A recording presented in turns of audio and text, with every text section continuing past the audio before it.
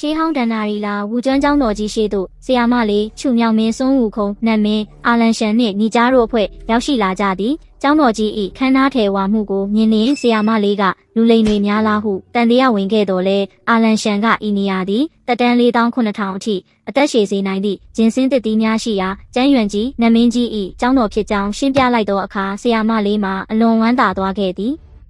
သို့သောကျောင်းတော်အတွင်းသို့ရောက်သောအခါထိုကျောင်းရှိတပည့်လေးနှစ်ဦးကဆီယာမလေးကိုတန့်စင်သောယဟန်မဟုမတတ်မှတ်ပဲရေတစေမဟုဆွဆွဲကတန်မိုးကြီးလာသောဂျင်းစင်းသီးကိုမကြွေးနိုင်ကြောင်းပြက်ပြက်သားသားညှင်းဆန်ကြသည်ထိုအခါဆီယာမလေးမှာအလွန်ဝမ်းနည်းသွားပြီးတတိပင်မစားရလျင်ခီးဆက်မထွက်တော့ဟုဆိုကငိုယိုတော့သည်ထိုအဖြစ်ကိုမြင်လျင်တပည့်ဖြစ်သူမြောင်မင်းဟုခုံးကစိတ်မကောင်းဖြစ်ကတတိများကိုတွားရောက်ခိုးယူရန်ဆုံးဖြတ်လိုက်သည်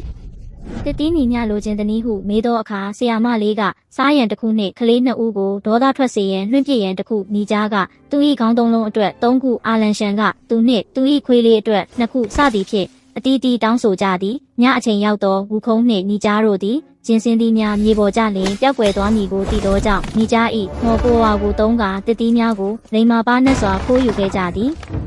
နောက်တစ်နေ့တွင်တပည့်လေးနှစ်ဦးကတတိရှစ်လုံးပျောက်ဆုံးသွားကြောင်းသိရှိသွားပြီးဆီယာမလေးကိုလာရောက်ရန်တွေးကြသည်ဆီယာမလေးကသူတို့ကိုဆုံးမမည်ဟုဆိုကာဝင်ရောက်တိုက်ခိုက်တော်လဲအလဲလဲအကွဲကွဲရှုံးနိမ့်သွားခဲ့သည်မိမိ၏ဆီယာကိုအနိုင်ကျင့်ခံရသည်ကိုမြင်သောဝူခုံးသည်ဒေါသအလွန်ထွက်ကကလေးနှစ်ဦးကိုမော်ပညာဖြင့်အတေရက်တန့်စေခဲ့သည်ထို့နောက်ဆီယာမလေးကသူမ၏အစွမ်းကိုပြရန်ဂျင်းစင်းတစ်ပင်ကြီးကိုအမြင့်မှနှုတ်ပစ်မည်ဟုကြုံဝါကစ조사တော်လဲအင်အားမရှိသဖြင့်မအောင်မြင်ခဲ့ပေနောက်ဆုံးတွင်ဝူခုံးကသူ၏စွမ်း